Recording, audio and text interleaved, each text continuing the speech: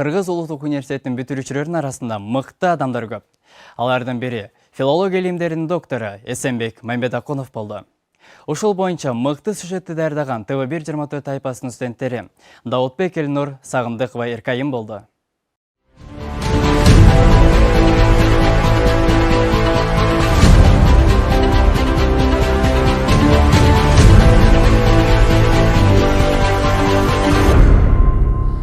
Билим бул түбөлүктүү жашоонун негизи. Ар бир муунга жол көрсөткөн улуу инсандар бар. Бүгүн биз илим жана билим берүү тармагына өз өмүрүн арнаган көрүнүктүү инсан профессор Эсенбек Мамбетакунов менен маек курабыз. Анын тажрыйбасы, өмүр баяны ар бирибиз үчүн өзүнчө бир сабак.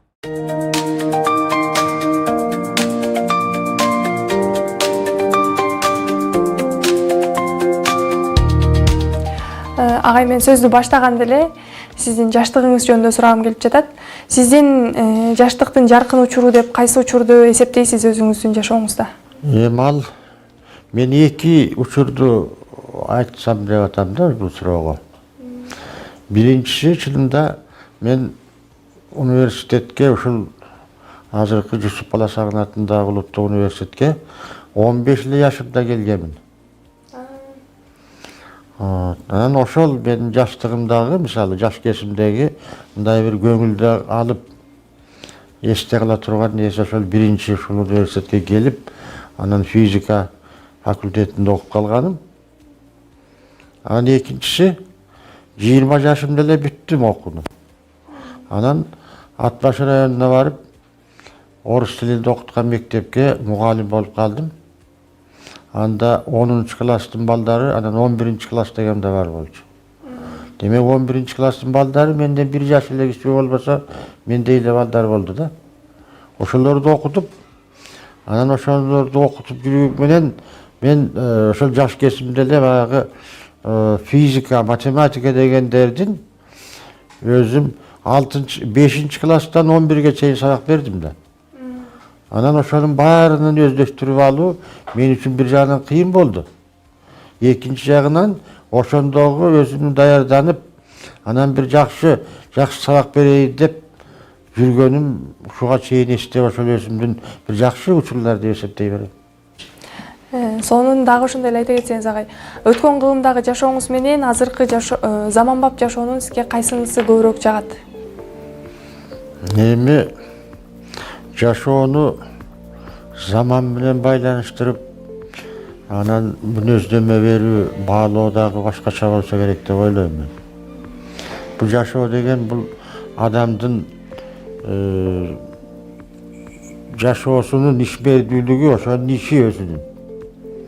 Анан ошол кайсы доордо, кайсы коомдо болбосун, кайсы заманда болбосун, адам өзү канчалык мындай бир жакшы жашайын деп аракет кылса, ошого жараша жашай берсе керек. Анан мынабу өзүм жашайын деп аракет кылуу деген дагы жакшы жашоо дегендин өзү. Ошол маанини түшүнүш керек экен деп ойлойм да. Жакшы жашоо деген эмне? Кандай адамды биз ушул жакшы жашап атат деп айтабыз дагы, кандай адамды жаман жашайт деп айтабыз. Бул татаал маселе. Бирөө мисалы азыркы учурларда мурда деле ал бар болчу. Адам болгон жерде анын баардыгы болот. Муну байыйын деп, бай болоюн. Менин дүнүйө мүлкүм болсо, малым болсо, азыр болсо 2-3 этаж тамым болсо, машинам 2-3 болсо дегендей бир материалдык байлыкка бул эле керек. Бирок анау адамдын өзүнүн ички дүйнөсүнүн бай болушу. Ички дүйнөнүн бай болушу деген да татаал маселе. Ошон үчүн мен ойлойм, бул доорду тигинтип атса мен мындай деп айтуу өзү башкачараак болуп калат да. Ошон үчүн адамдын өзүнүн жан дүйнөсү, анын өзүнүн эмнеге берилген, эмнени мындай бир жакшы деп эсептейт.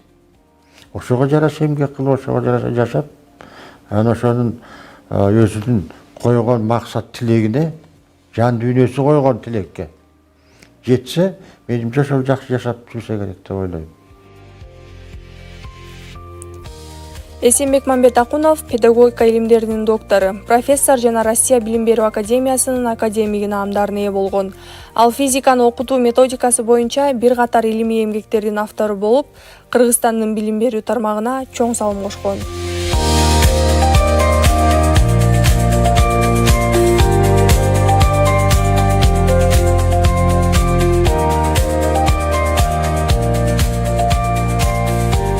Эсенбек Мамбетакунов Кыргыз Республикасынын Улуттук илимдер академиясынын корреспондент мүчөсү, Кыргыз билим берүү академиясынын академиги, педагогикалык жана коомдук илимдердин эл аралык академиясынын академиги, Кыргыз Республикасынын илим жана техника жаатындагы мамлекеттик сыйлыгынын лауреаты, педагогика илимдеринин доктору, физиканы окутуунун методикасы кафедрасынын профессору, Кыргыз СССР эл агартуусунун, СССР эл агартуусунун отличниги.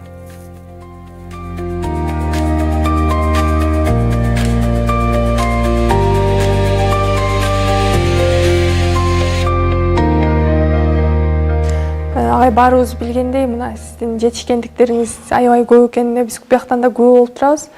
Бирок сиз үчүн эң чоң жетишкендигиңиз кайсы деп ойлойсуз? Жетишкендик дегендин өзүн көп мааниде түшүнсө болот да. Илимдеги жетишкендик. Анан ошондо мен эмнеге жетиштим деген суроо болгондо, мисалы мен жетишкендигим деп азыр момунда жашка келдим да. Ошол менин жетишкендигимби деп ойлойм да. Анан кийин мына үй бүлө бала чакалуу болдум. 2 кызым бар, 2 эркек балам бар. Алардын баары чоңойду. Жакшынакай билим алышты. Азыр бардыгы иштеп дагы эмгек кылып жүрүшөт. Ошол дагы менин бир жетишкендиги, биздин баарыбыздын жетишкенибиз деп мындай өзүмчө ойлоп коёмун. Андан башкасы менин жумушум мына өмүр бою мугалимдик кесипте. Мен өткөндө дагы айттым. Мен өзү 2 эле кызматым бар деп жүрөмүн да. Бирөө бул окуу, өзүм окушум керек да. А экинчиси меники окутуу. Анан окубасаң окута албайсың. Ошон үчүн ар дайым окуп, жаңы бир нерселер өзүмө тийиштүү болгон, өзүмдүн кесибиме тийиштүү болгон. Мисалы мына бул физикалык билим берүү. Андан кийин ошону өсүп жүрүп өркүндөтүү, илим изилдеп ошону жакшыртууга аракет кылуу. Ошол боюнча мына баягы 92-жылы мен докторлук иш кылганмын. Ошол жерде мындай бардык эле өлкөлөрдүн, бардык эле билим берүүчүлөрдүн мындай бир көйгөй маселеси болгон. Предметтерди бири-бири менен байланыштырып окутуу. Ошол байланыштырып окутуу аркылуу балдардын билиминин сапатын жогорулатуу дегендин проблемасын изилдеп, ошол Советтер Союзу учурунда мен докторлук диссертация коргогомун да. Анан ошол мен ушуну ойлоймун, ошол учурда ал убакта деген татаал маселе болчу. Мисалы бардык кандидаттык болобу, докторлук диссертация болобу, аны Москвадан, темасын эле Москвадан бекитишчү. Ошол жака далилдеп берип, анан кийин темаларды тандап, ошонун ичинен баягы татыктуу дегенин анан советская педагогика деген журналга чыгаруучу. Мына момундай темада диссертациянын темасы келди. Анан ушуну бекитүүгө уруксат беребиз деген. Мына ушунун өзү эле тозак болчу. Анан ошондой өтүп, андан кийин анан мен Ташкентте дачта кылдым, жетекчим Челябинскиде болду.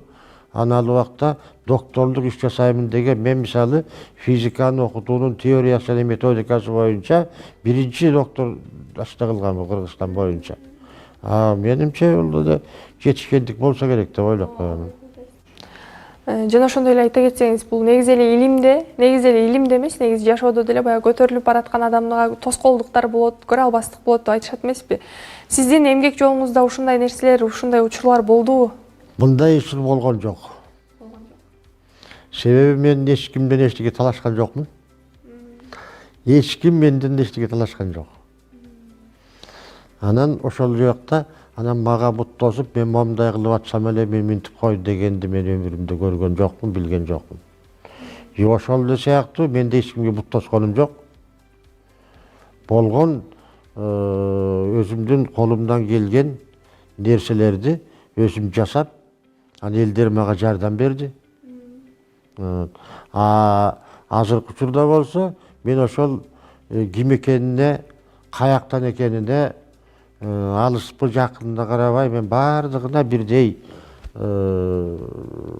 мамиле жасап, илим изилдөөчүлөргө жанагы 11 докторду анан 26 кандидаттын ишин жетекчилик кылганда мен сен аксың, сен карасың деп бөлгөнүм жок. Демек адам өзү бирөөдөн бир тоскоолдукту, бирөөдөн жамандыкты көрбөсө, ал башкаларга жамандык кыла албайт. Ошон үчүн менин турмушумда, себеби мен бир чоң кызматты сурап да барганым жок. Кызматты мага сунушташты. Бирок мен барганым жок ачык. А менин бара турган жерим кайсыл эле? Мына проректор, жогорку окуу жайларынын проректорлукка кызматка коебуз деп сунушташты. Даже тиги институтка ректор болуп, университетке деген сунуштар да болду. Бирок мен ага барганым жок. Себеби менин өзүм билем аны. Ал жерде башкача характер, мүнөздөгү башкача адам болушу керек. А менде жана жумуш кылайын, өзүмдүн ишимди жасайын дегенден башка ой жок. Мен проблемага ошондо кирип алганмын, андан чыга албаймын. Ал учурда баягы сунуш кылган менен көңүлүңдө жакпаса ага барбай койсоң, аны эч ким күнөөлөбөйт. Ал 568 илимий методикалык эмгектин, анын ичинде 10 монографиянын, 18 окуу китебинин жана 40тан ашуун окуу куралынын автору. Анын жетекчилиги астында 6 докторлук жана 22 кандидаттык диссертациялар корголгон.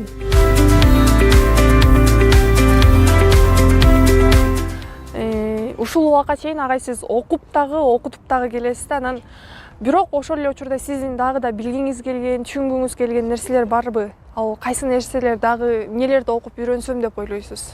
Албетте. Мына биз айтабыз, Сократ деген тетиги биздин доорго чейин эле адам өзүн өзү таанып билиш керек дейт. Бирок адам өзүн өзү таанып билиш үчүн башкаларды тааныш керек да. Анан адам баарын билдим деген ал туура болбой калат. Себеби баягы орусча век живи, век учись дейт. Жоксо кылым жаша, кылым боюнча окуп жүр деген сөз ошондон бекер жактан чыккан сөз эмес экен да. Ушундай. Жаштык дүйнөнү таанып билүүгө болгон умтулуу, алдыга койгон максаттарга жетүүгө болгон эрк. Бул жолдо туура багыт, акыл насаат, чыныгы устат керек. Эсенбек Мамбетакунов дал ошондой устаттардын бири.